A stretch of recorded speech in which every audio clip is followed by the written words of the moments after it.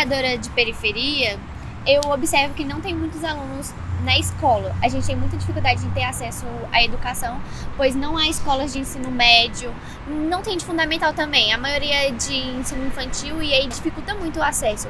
Gente de periferia mora longe, desiste de estudar, né? Muitas vezes acorda cedo e acaba chegando atrasado na escola. Isso eu falo por experiência de vida. Tipo, acordo 2 horas antes de começar a aula para pegar um transporte e chegar lá em outra cidade para estudar e depois aquela correria toda para voltar para casa.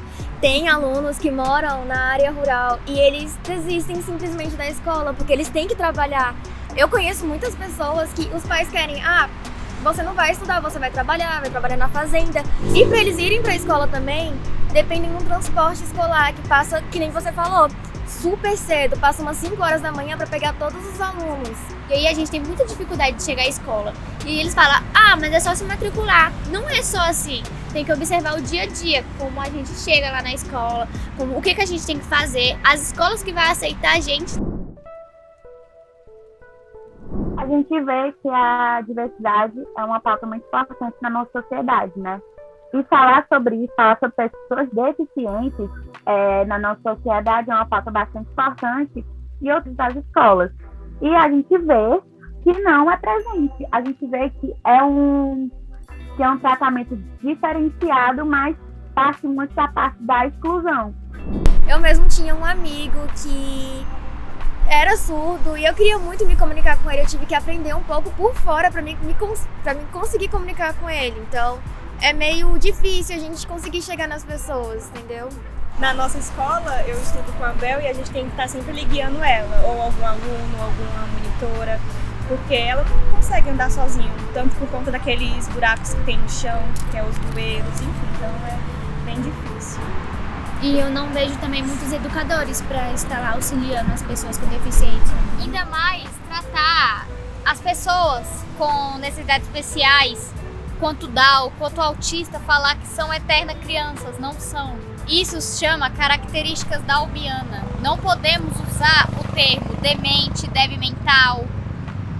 O certo de dizer é característica downiana. Para perguntar, cadê essas pessoas? Cadê essas pessoas que deveriam estar na escola e não estão? A gente fala tanto de diversidade dentro da escola, mas cadê? Será que a diversidade está acontecendo mesmo na escola? Nós temos que aprender, quando fala ser diferente, que ser diferente não é ruim, é uma coisa boa.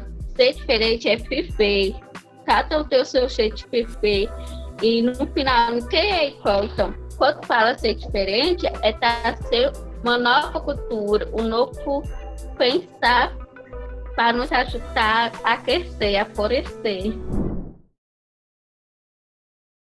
Como é que os alunos vão para a escola estudar uma coisa e saem da escola, da aula, sem aprender, absorver absolutamente nada que o professor está passando, entendeu? Eu acho que tem muitas outras matérias e assuntos mais importantes que deveriam ser pautados nas escolas e que não são. Acredito que seja um certo tipo de manipulação do Estado, entendeu? Para que nós, alunos, principalmente negros de escola pública, não aprendemos o que é necessário para a gente. Vocês já perceberam que nessa pandemia que a gente teve, a maioria das meninas ficaram mais responsáveis pelas tarefas de casa. E isso atrapalhou muito nos estudos, cara, porque além da gente cuidar de criança, do vô, da avó que estava acamada por causa da pandemia, a gente tinha que estudar e conciliar tudo.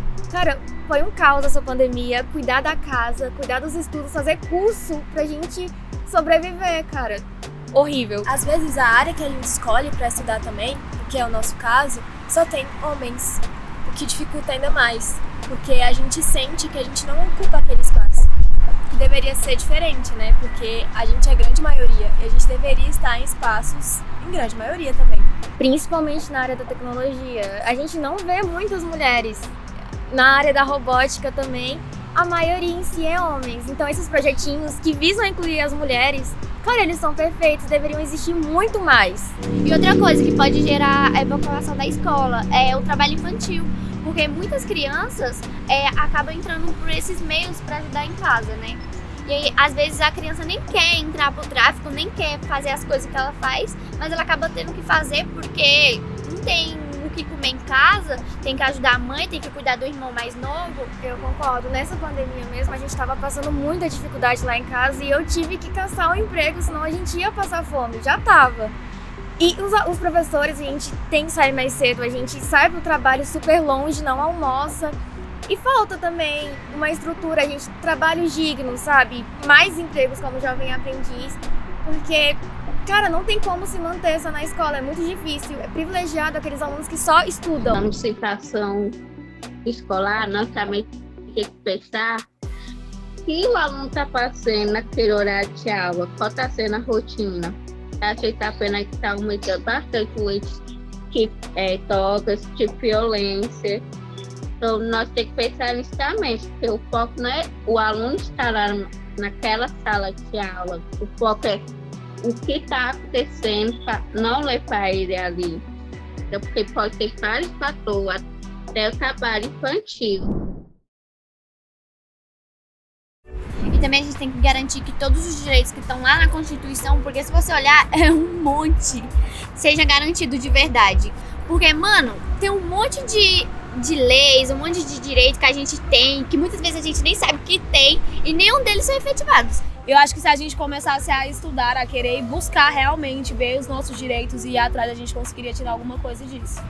Mas tem que ter também uma forma de convencer as pessoas a ir atrás, porque muitas vezes elas perderam a fé, né? Tipo, mano, pra que eu vou ir atrás dos meus direitos se nenhum deles tá funcionando, se nenhum deles tá acontecendo de verdade, né?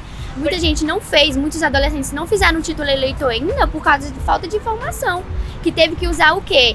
Famosos, influencers, pra estar informando coisa que o governo poderia estar fazendo. Pois é, meninas, é que nem aquele meme. Não sabia? Pois agora você tá sabendo. Existe um Plano Nacional de Educação. Deveria ser discutido nas escolas, né? E não são discutidos, a gente não sabe muito sobre eles, então é um ponto a se trabalhar. Se eu perguntar para alguém da minha idade hoje, muitas pessoas não conhecem, porque é de difícil acesso. Eu vim conhecer há pouco tempo, e aí as leis elas precisam ser implementadas e executadas, porque teoricamente é para isso que existem os poderes do nosso país. Só que isso não acontece, a gente não consegue ter essa informação, a gente não consegue saber o nosso direito. Mas também não adianta muita coisa nós estarmos cientes dos nossos direitos, das leis, e nós também não corremos atrás, gente.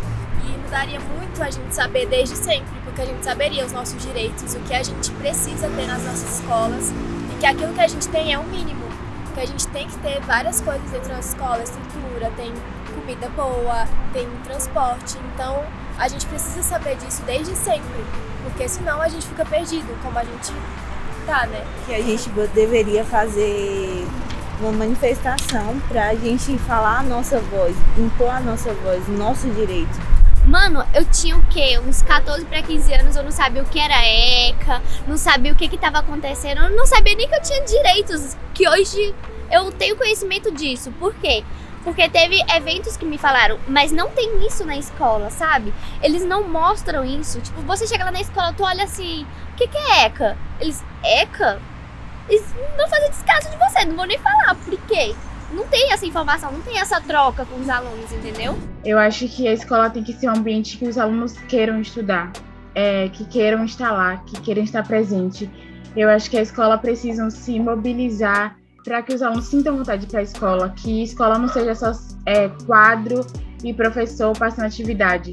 Que os alunos entendam que a escola é a segunda casa deles, que eles possam se sentir bem lá. Passamos e estamos passando também, querendo ou não, por uma pandemia de 2 anos e alunos no 8º, 9º ano, e aí, num estralar de dedos, apareceu no 1º, no 2º ano do ensino médio. Ou eu sou estudante do 3º ano. Uma hora eu estava lá no 9º ano, e aí eu entrei no ensino médio, estudei por 1 mês, no máximo, e, tipo, no estralar de dedos, eu estava no 3º ano do ensino médio. Então, nós, de fato, não tivemos toda essa passagem. Nós não vivemos, de fato, a experiência do ensino médio, porque nós perdemos quase os nossos 3 anos completos. Eu vejo alunos do 3º ano do ensino médio que foram prejudicados e parecem alunos do 1º ano. Tipo, teve um desavanço muito grande mesmo. Porque um ponto importante também era que alunos que estavam no fundamental há 2 anos já atrás, no 8º ano, agora já estão no ensino médio. Não teve toda aquela trajetória, não teve a passagem, né, que é para o ensino médio, que é muito importante. Por isso que a gente tem que ver que a pandemia foram um dos fatores assim, que prejudicaram muito os jovens, muito mesmo, jovens e adolescentes. As pessoas que mais sofrem com isso são negros, são pessoas negras e moradores de periferia. Por quê? Porque a gente não acaba tendo uma estrutura do governo na nossa quebrada, na nossa cidade, e a gente acaba buscando meios fáceis para estar ajudando com a família, para estar ajudando a manter as coisas. E tem muitas preocupações que o governo não foca, que ele foca só, temos que melhorar a escola, mas e fora da escola, como é que tá a vida?